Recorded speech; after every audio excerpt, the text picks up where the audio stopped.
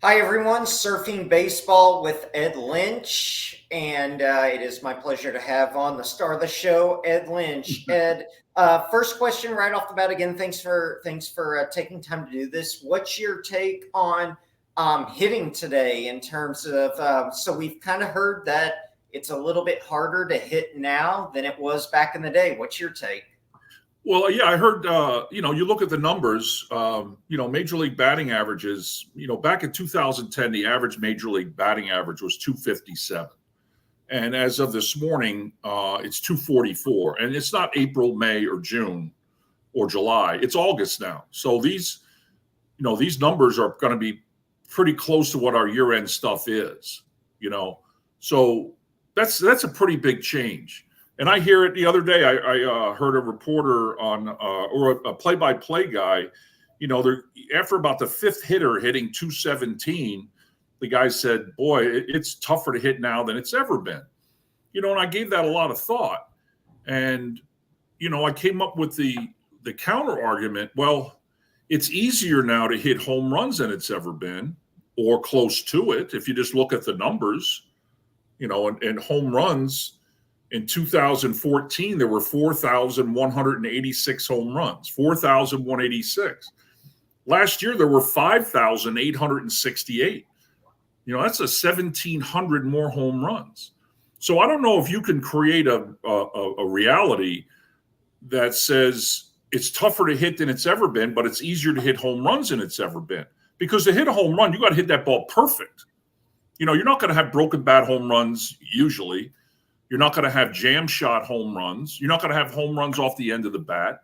You're not going to have check swing home runs, but you're going to have all those as base hits. But my argument on is it tougher to hit now than it's ever been is no, because guys aren't trying to hit.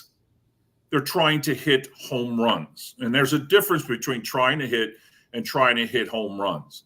I mean, what's the first thing you learn in Little League? And these cliches are the oldest cliches because they're the truest. Choke up with 2 strikes, put the ball in play. The reward system now does not reward that, though. The reward system rewards swinging from your ass, when it's 0-2 or 3-2, striking out, and then in that fifth at bat, you hit a home run. And that's a successful day. Now you're hitting 200, but you're going to get rewarded for that day because you hit a home run. You know what I mean? So the reward system does not reward consistent contact. And, launch angle, when I was a kid, they called it an uppercut, but now it's a launch angle. And, if you're trying to hit a high fastball with an upward swing, your timing has to be so good so that upward launch angle, they call it, meets that fastball that's coming in at 100 miles an hour, 96 miles an hour. It's hard to make that collision work. Now, if I was teaching hitting now I was a pitcher, but I knew how good hitters hit. I faced enough good hitters to feel like I'm very confident. Plus, I scouted for 16 years, not sitting back there going, boy, Mike Trout's a good player. No, writing extensive, very detailed reports on every hitter and every pitcher I saw. So you have to bear down on hitters. And I'll tell you, if you watch the greatest hitters over time, is you have a level swing. You put that bat head in the strike zone as long as you can and let the pitcher do the work. I saw a slow motion film of Bobby Witt, who's probably the best young hitter in the game right now.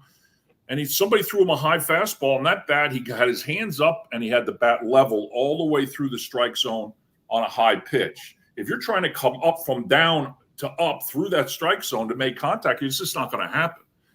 So I think that level swing through the strike zone is what makes guys high average hitters. And George Brett told me, and he showed me, he said, my swing was level. If I hit it off the top part of the bat, it went up in the air. If I hit it good enough, it's a home run. The worst would be a pop-up straight up. But if I hit that ball in the upper part of the bat, it's a fly ball. It's probably going to be a home run or a double. If I hit it on squarely, it's going to be a line drive right up the middle. If I hit it on the bottom of the bat, it's going to be a hard ground ball somewhere or a ground ball. So a level swing, and he let where it hit on the bat determine the launch angle of the ball. Launch angle of the ball is different than the launch angle of the bat. So if you're trying to swing up, it's very, very difficult. So I think that's probably why averages are where they are, because the reward system rewards home runs and not batting average. Yeah, and let's talk too about there's been a lot of talk about arm injuries. So can you kind of talk about the arm injuries in the game today? Yeah, I'll talk about the injuries overall, and it's staggering, Tyler. I sat down and did about 2 hours of research, went through the numbers, and went through all 30 teams. And there's teams that do a good job. I mean, I did total number of injuries on the IL, and how many of those were pitchers.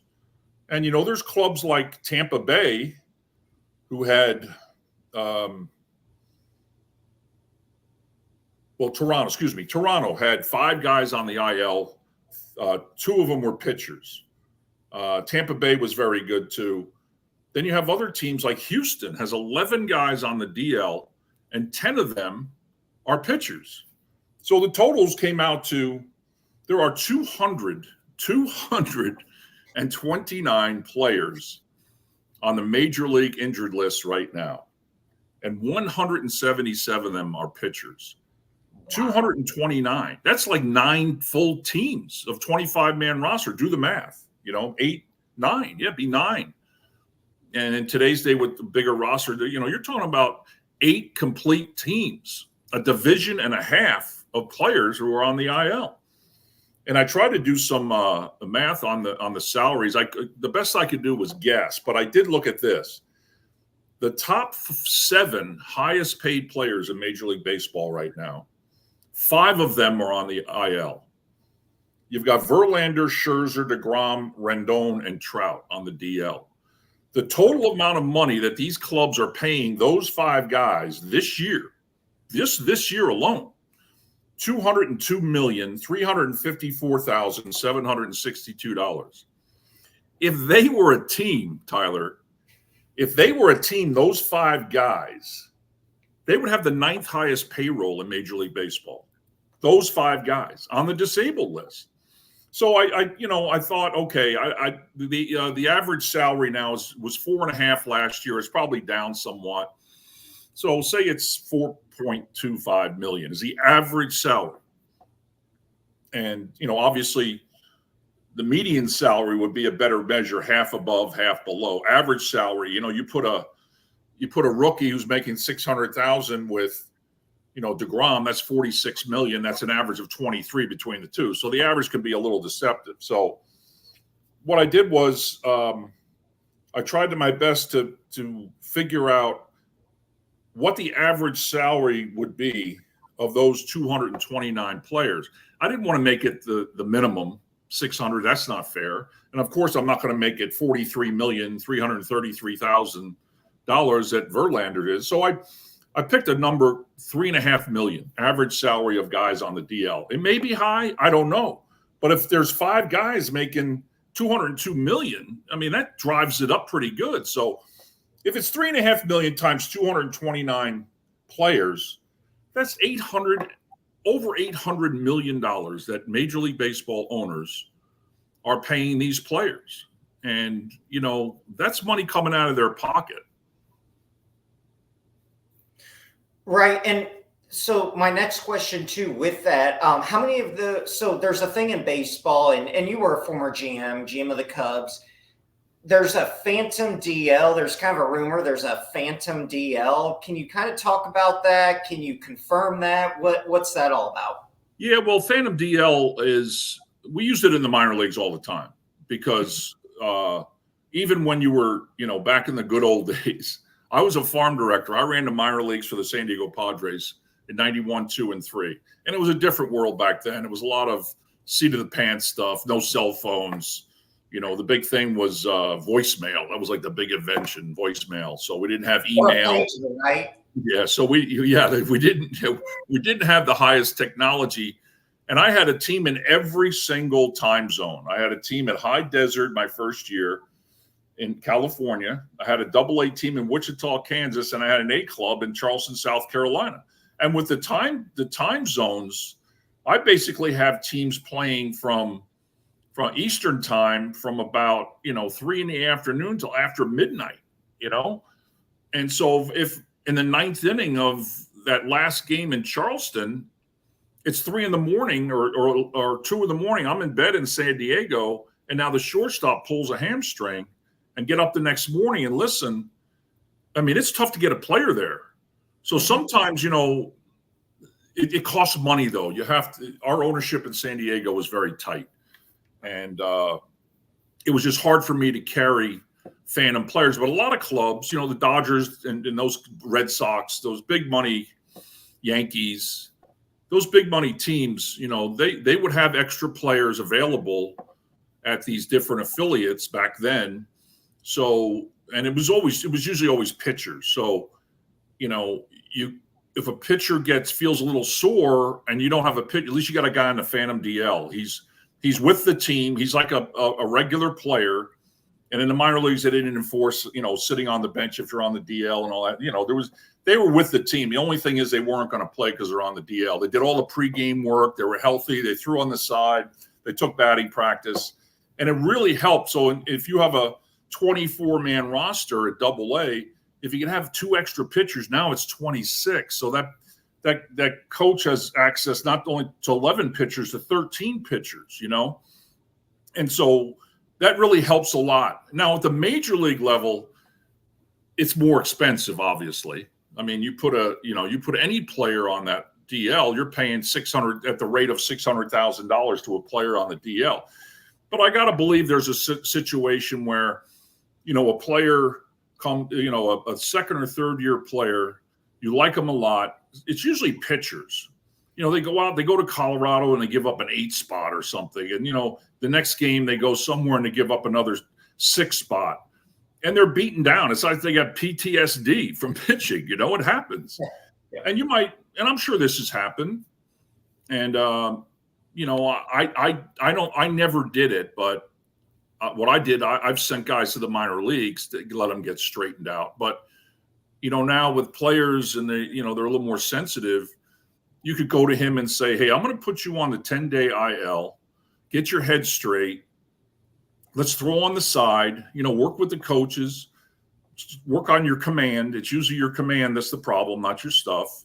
Right. And then at the end of that 10 days, if you feel comfortable, we'll reactivate you, or we'll send you down to the minor leagues for a quick rehab start to get back on the mound, and then we'll bring you back. I'm sure that happens, but you got to have ownership that's willing to make that investment.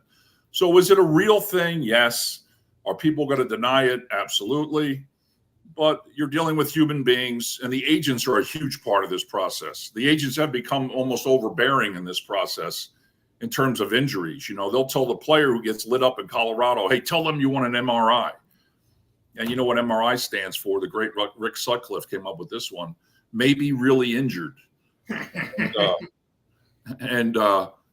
So that MRI is going to show something. And if that kid he's shell-shocked and he wants out of that roster, but he doesn't want to go to the minor leagues, gets an MRI, well, there's something here. How's it feel? I'll be all right in 2 weeks, that kind of thing. So I'm sure that's very prevalent in our game. And that's why DLs are where they're at. And one last thing I want to talk about the injuries. I've had fans say this to me all the time. Oh, that you guys get insurance. Insurance pays for everything, right? It's one of the most difficult things to get in any part of your life is insurance with pre-existing conditions. So everybody says, well, every pitcher coming up is going to have Tommy John sooner or later. Okay, fine. Go out and try to get insurance on a kid that's had 1 Tommy John or 2 Tommy Johns, and you now have signed him to a 5-year, $100 million contract. And you go to the insurance company, we want to insure this. They see those pre-existing conditions. You can't get the premiums would make it so onerous that you couldn't afford to pay the salary and the premium. So insurance is a very, very difficult thing to get for a major league player with a previous existing condition. Yeah, and Ed, last 2 questions here. First, what is the best way, as we're talking about injuries, what's the best way to prevent injuries? Well, that's a great question. I've given this a lot of thought, and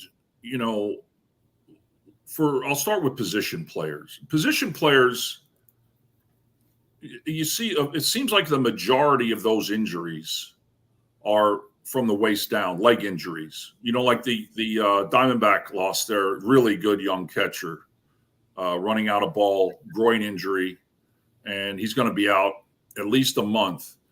That kind of thing happens. He's a catcher, he plays hard, but for me, the best way to prevent injuries for a position player, and this should start in the off season, is go out and mimic what you're going to do on the baseball field. Are you going to be running on a treadmill or doing an elliptical machine on the baseball field? No, you're going to be running on hard ground with spikes on.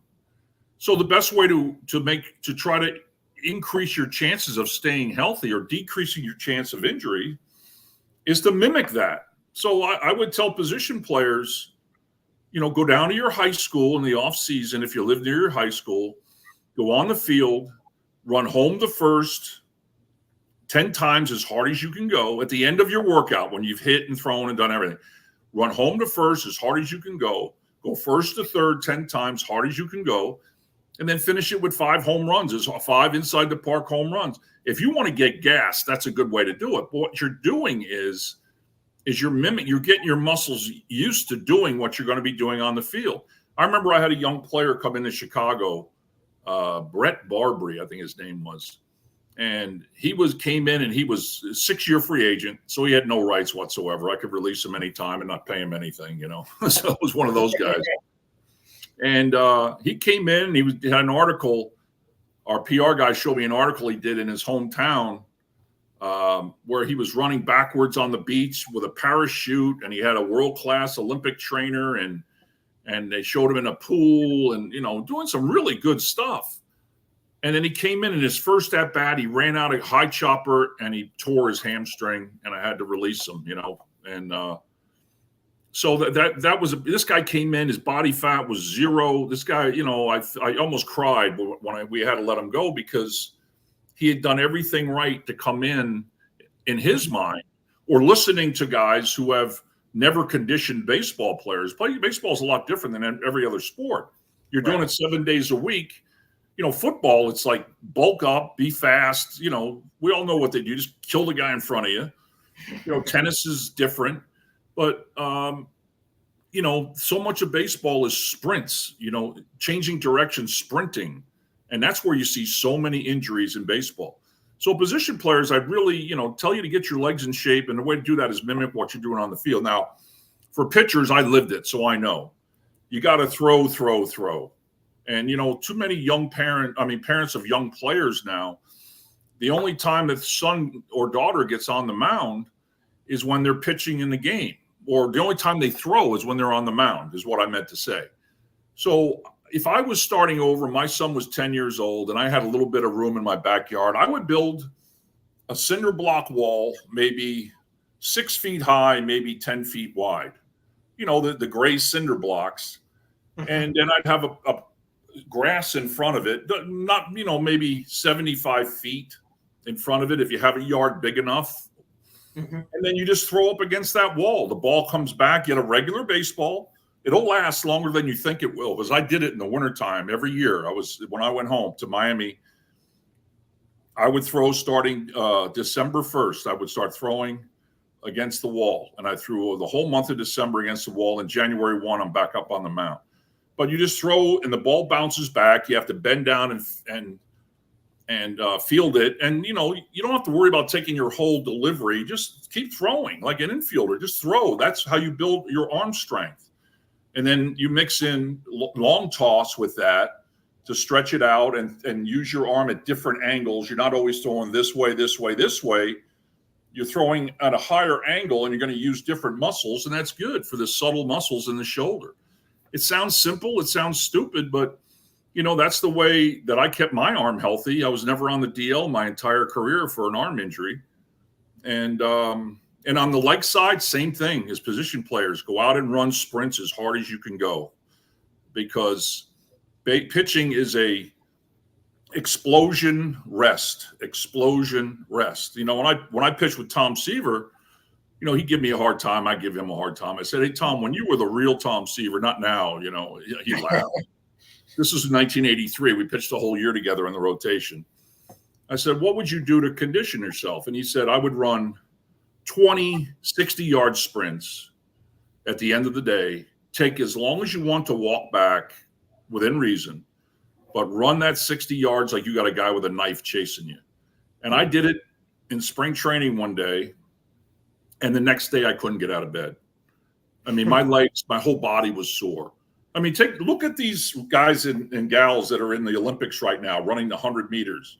There's not a skinny, undeveloped person in that race. The guys are built, man. They look like running backs because you're using your whole body, your torso, your abs, your arms, certainly your legs, your hips. And that's what pitching is. It's an explosion with some rest, explosion with some rest. And now with the pitch clock, you probably should pick up your tempo a little bit to make sure that you're ready to go every pitch. So that would be my recommendation. Yeah, and last question, appreciate all that, Ed. And last question, kind of talking about you being a pitcher, you pitched for the Mets, pitched for the Cubs as well. What's your thinking on the current state of the Mets? You know, they're right now, they're the wild card. They're the third wild card, I believe, as of this morning. I think they got a half game up on Atlanta. But, you've got to look at the fundamentals, where are the Mets in pitching? And, when you can look at a lot of stats, you can, and the analytic guys love to do this. They love to get a bunch of stats, package them together, slap an acronym on them, and tell you that's the story. Like WAR, nobody can tell you what WAR is. Wins above replacement, everybody calculates it differently. So right. I go to, how do you win a game? You score more runs than your opponent. Now, of course, you might win 10-1 and then lose 2-1 games. But generally speaking, how do I rate offenses? I rate them by how many runs they score. Now, obviously, there's anomalies in there like Colorado and, teams with really good pitchers parks like Seattle. But look at how many runs they score. And right now, the Mets are, where are they? The Mets are 9th in runs scored, which is pretty good. That's okay. And I'm not talking about the National League. Everybody plays everybody now. So these numbers are all total major leagues. But the problem is they're 20th in runs allowed, how many runs you give up. And so I really do think that certain anomalies work and others don't. Like, look at Seattle. Seattle is 27th in the amount of runs scored, how many runs they scored versus everybody else. 27th out of 30, but they're number one in fewest runs allowed. Now, if it was flipped, if they were first in number of runs they score and 27th in pitching, they would not be in, where they are in first place. I believe they are, or close to it. I have to look, but they got a winning record right now. They're going to be in the playoffs. So, certain numbers mean something and certain numbers don't. Like, if you want me to rate your offense based on number of home runs you hit, that doesn't really tell me anything. So it's all about runs scored. And, I did an interesting thing along those lines. So getting back to the Mets, they're going to have to improve that 20th, giving up more runs than 19 other clubs, or giving up more runs than most clubs. So they're going to have to improve their pitching, especially late. Now, Edwin Diaz, I don't know what his state is right now. At one time, he was the best reliever in baseball. I assume he's going to get back to that level. I feel good about the Mets. Are they going to win the World Series? I don't know. Wild card teams have done crazy things in the past. Crazier things have happened. But they're going to have to get their pitching better in terms of giving up fewer runs, especially late when the game is on the line. Everybody's using relievers the last 4 or 5 innings of every game now. So if you look at the teams that have the best bullpens, the Guardians had the best bullpen for a while, and they had the best record in the league. So I think it's very important for the Mets to give up less runs. Yeah, and I'll tell you this, wrapping up here first, when the Mets do, I'm very confident they're going to win the World Series. I'm just an optimistic person. I hope you'll come up for the parade when that happens and all that.